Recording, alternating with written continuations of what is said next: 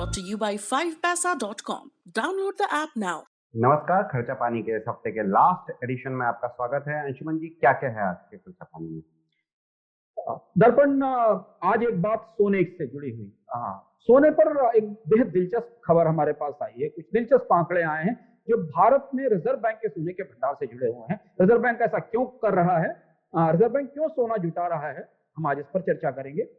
दूसरी महत्वपूर्ण खबर हमारे पास आईबीसी को लेकर है। हमने लगातार यह संसद की समिति ने भी बात कही है, लगातार आईबीसी की प्रक्रिया को आलोचना का शिकार है, बैंकों को नुकसान हो रहा है। तो क्या सरकार आईबीसी के कानून के किसी प्रावधान का नए सिरे से इस्तेमाल करने जा रही है जिससे बैंकों को होने वाले नुकसान को कम किया जा सकेगा?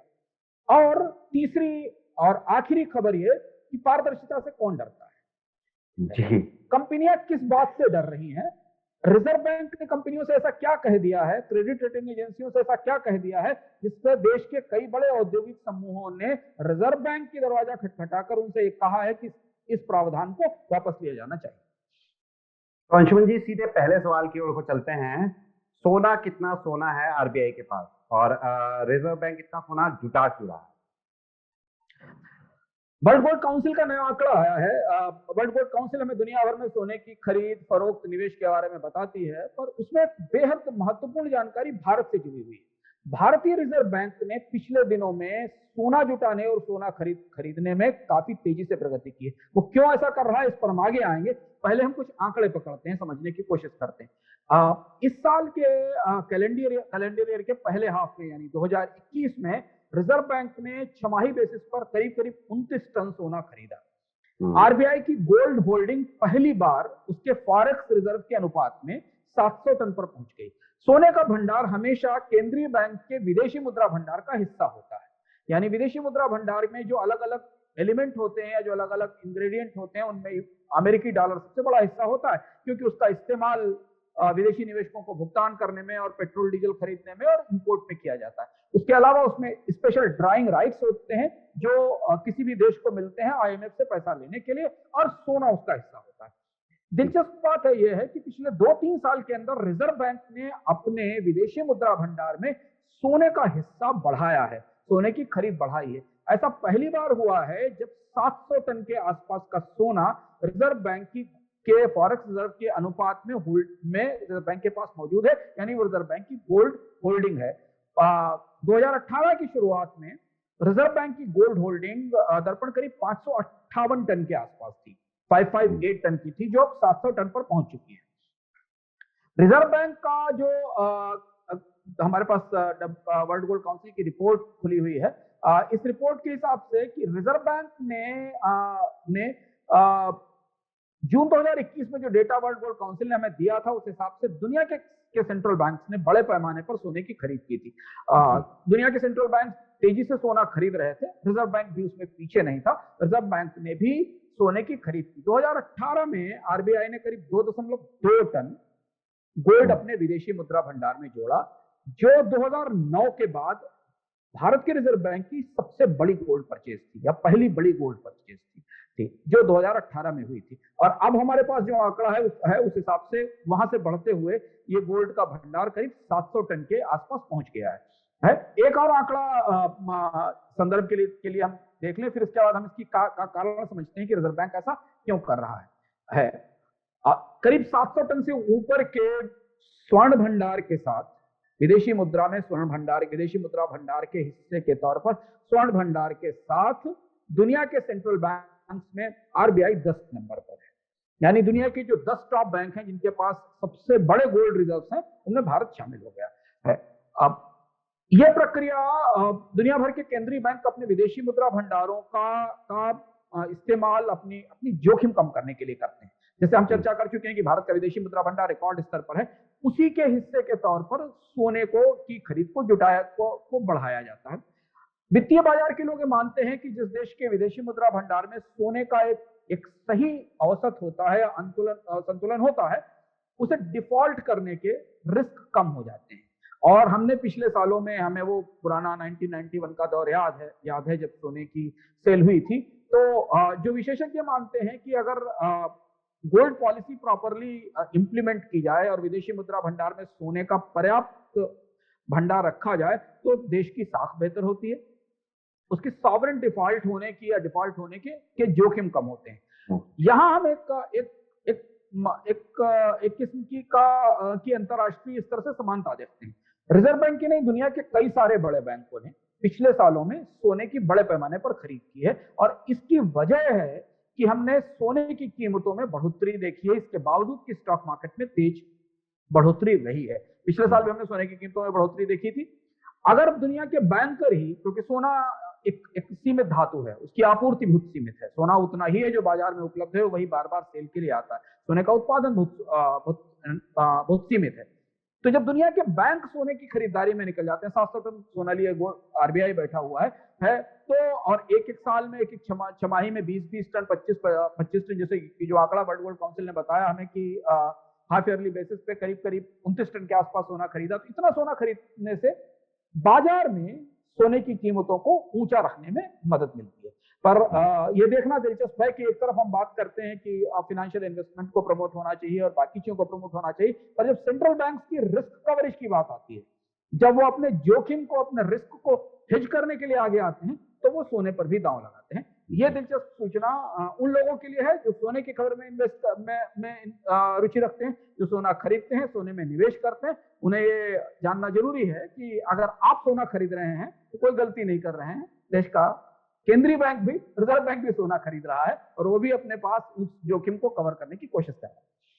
अंशुमन जी, मुझे भी याद आता है, आप कई बार कह चुके हैं कि सोना जो है हेज के लिए काफी यूज किया जाता है, यानी कि आपके जो फाइनेंशियल जोखिम है उनको थोड़ी कमतर करने के लिए काफी यूज किया जाता है। ऐसा आपने कम से कम एक दो बार तो बोला ही, तो दर्शक भी समझ सकते हैं कि किस तरीके से सोने में इन्वेस्ट करें और किस तरह अपने पोर्टफोलियो को डाइवर्सिफाई करें।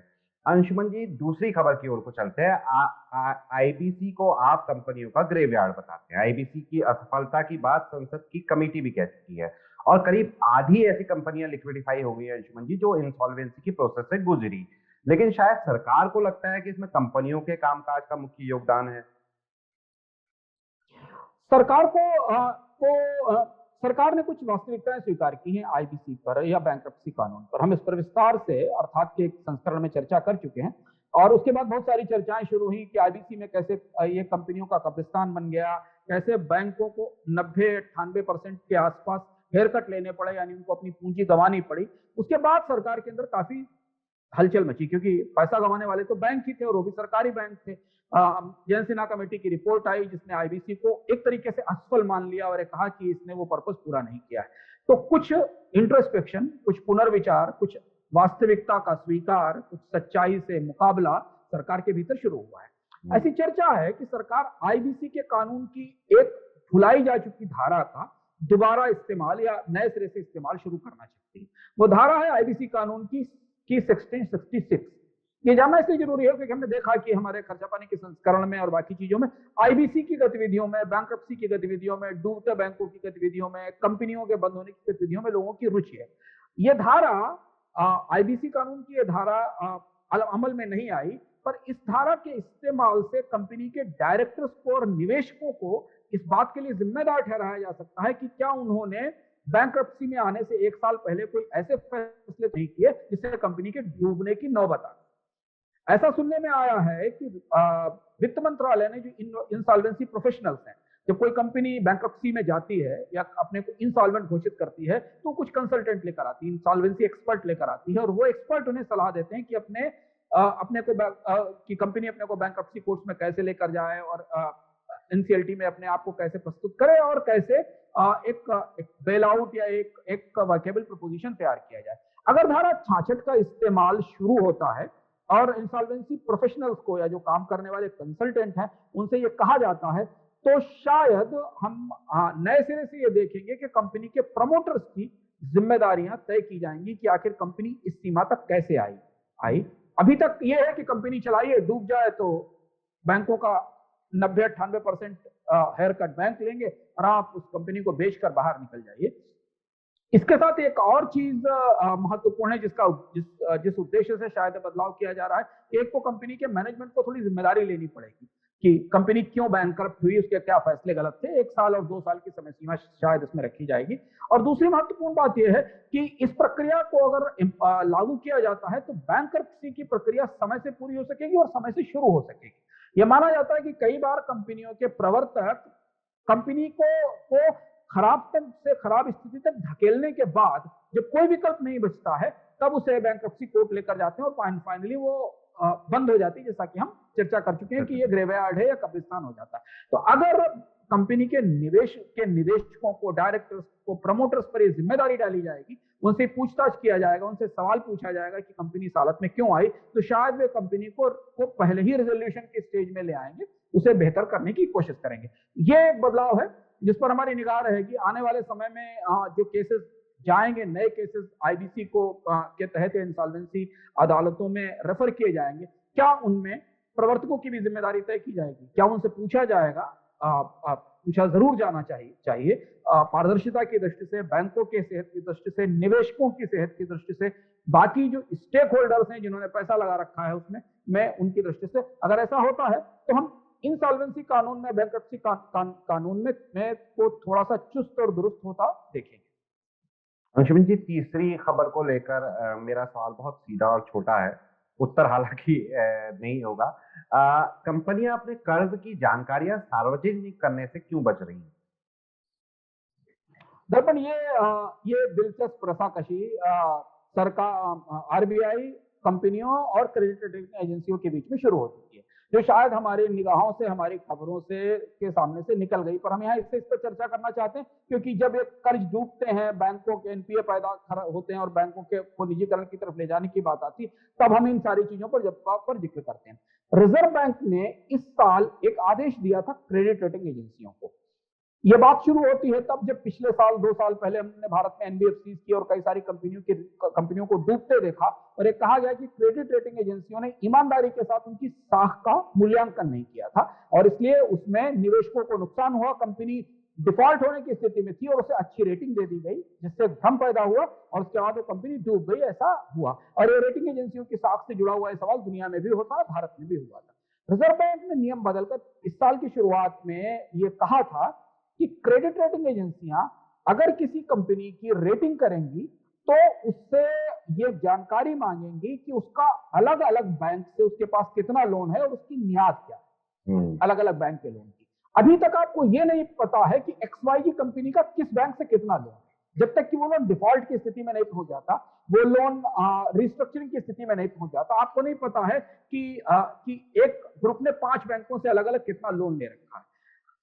आरबीआई ने कहा था कि क्रेडिट एजेंसियां क्रेडिट रेटिंग करने में ये पता चलाएंगी कि उस कंपनी का किस किस अलग अलग बैंक से कितना लोन है, उसकी मियाद क्या है। दरअसल क्रेडिट रेटिंग की व्यवस्था को समझना जरूरी है जिससे कि हमें समझ में आ जाए। क्रेडिट रेटिंग एजेंसियां किसी भी कंपनी की लोन चुकाने की क्षमता या कर्ज चुकाने की क्षमता का मूल्यांकन करती है, उसे वो नंबर देती है और वो नंबर इस आधार पर दिया जाता है कि उस कंपनी का लोन का एक्सपोजर कितना है, उसने कितना कर्ज ले रखा है, उसके रेवेन्यू और उसके कारोबार से आने वाले पैसे का अनुपात उस कर्ज के आधार पर कितना है और विकट परिस्थिति में, अप्रत्याशित परिस्थिति में इस कंपनी के डिफॉल्ट होने की, कर्ज चुकाने में चूकने की गुंजाइश कितनी है और इसी आधार पर उन्हें वो ए, बी, सी, ट्रिपल ए इस तरीके की अलग अलग रेटिंग दी जाती है। अब हुआ यह कि जब क्रेडिट रेटिंग एजेंसियों ने नए क्रेडिट रेटिंग प्रोफाइल के लिए कंपनियों से इसकी जानकारी मांगनी शुरू की कि भाई आप एक कंपनी है, आपने एसबीआई, एचडीएफसी, आईसीआईसीआई 6-7 कंपनी बैंकों से लोन ले रखा है, उसका डिटेल हमें दीजिए क्योंकि आरबीआई का यह आदेश है कि हमारे पास हर बैंक में कितना पैसा बकाया है, बैंक पर का कितना पैसा बकाया और कितनी अवधि के लिए, उसकी जानकारी मिलनी चाहिए। कंपनियों ने इसका विरोध किया है। कंपनियों ने रिजर्व बैंक से कहा है कि ये गोपनीय जानकारी है, इसे हम सार्वजनिक नहीं कर सकते। क्रेडिट रेटिंग एजेंसियों को हम टोटल कर्ज की प्रोफाइल तो बता सकते हैं कि हमारे पास कितना कर्ज है, पर हम बैंक वाइज कहां से हमने कितना कर्ज लिया ये नहीं बता सकते। ये कॉन्फिडेंशियल बिजनेस इंफॉर्मेशन है, ये पब्लिक डोमेन में जाएगी। अच्छा, पब्लिक लोगों के बीच में क्यों जाएगी? क्योंकि रेटिंग एजेंसी को ये बताना पड़ेगा अपने रेटिंग नोट में कि कंपनी ने किस बैंक से कितना कर्ज ले रखा है और इससे हमें पता चल जाएगा कि कौन सा बैंक किस जोखिम भरी कंपनी में हाथ जलाए हुए बैठा है या उसमें हाथ लगाए हुए बैठा है। तो ये दिलचस्प रसाकशी शुरू हो गई है जिसमें कुछ बड़े समूहों ने, ऐसा माना जाता है, बाजार में चर्चा है, मुंबई स्टॉक मार्केट में भी चर्चा है, बैंक बैंकिंग सर्किल्स में भी चर्चा है कि कुछ बड़ी कंपनियों ने रिजर्व बैंक से कहा है कि इस प्रावधान को हटा दिया जाए। बाकी चीजें ठीक हैं, पर रेटिंग एजेंसियों को इस बात के लिए बाध्य न किया जाए कि वो हर कंपनी से उसके बैंकवार कर्ज की जानकारी मांगे। अब पता नहीं इस पारदर्शिता से के डर की वजह क्या है क्या छिपाने की कोशिश है, या ये विशुद्ध रूप से केवल बिजनेस इंफॉर्मेशन के लीक होने का डर है। रिजर्व बैंक को इस पर फैसला लेना होगा, लेकिन अगर ऐसा होता है तो हमें कंपनियों की सेहत के बारे में कुछ और बेहतर जानकारी मिल सकेगी, निवेशकों को बेहतर जानकारी मिल सकेगी जिन्होंने उसके स्टॉक मार्केट खरीद रखे हैं, स्टॉक्स खरीद रखे हैं, स्टॉक मार्केट में इन्वेस्ट कर रखा है। कारोबारियों को, उन कंपनियों से धंधा करने वालों को स्पष्ट जानकारी मिल सकेगी कि उस कंपनी की सेहत कैसी है, और वहां काम करने वाले लोगों को, नौकरी करने वाले लोगों को, रोजगार करने वाले लोगों को भी ये पता रहेगा कि उसकी रेटिंग प्रोफाइल अगर अच्छी या खराब है तो उसकी वजह क्या है। अंशुमन जी, एक निजी सवाल था शो खत्म करने से पहले, क्यूरोसिटी थी।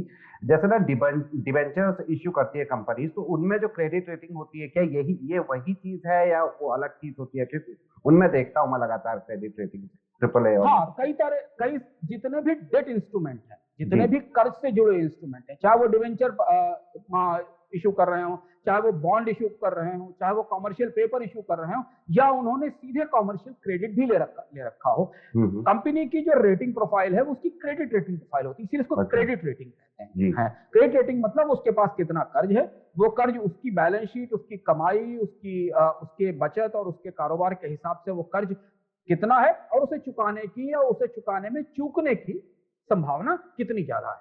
और यही हमारे पिछले 4-5 साल की बहसों का बुनियादी समस्या है। आप बैंक्रप्सी कोड में देख लीजिए, बैंकों के एनपीए में देख लीजिए, सरकार की तरफ से बैंकों के में डाले जाने वाले पैसे को देख लीजिए, और फाइनली बैंकों के प्राइवेटाइजेशन से देख लीजिए या बैड बैंक से देख लीजिए। ये सारा उसी एक विराट ऑक्टोपस है, उसी के अलग अलग पैर का विस्तार है कि कंपनियों और बैंकों के बीच कामकाज में पारदर्शिता है।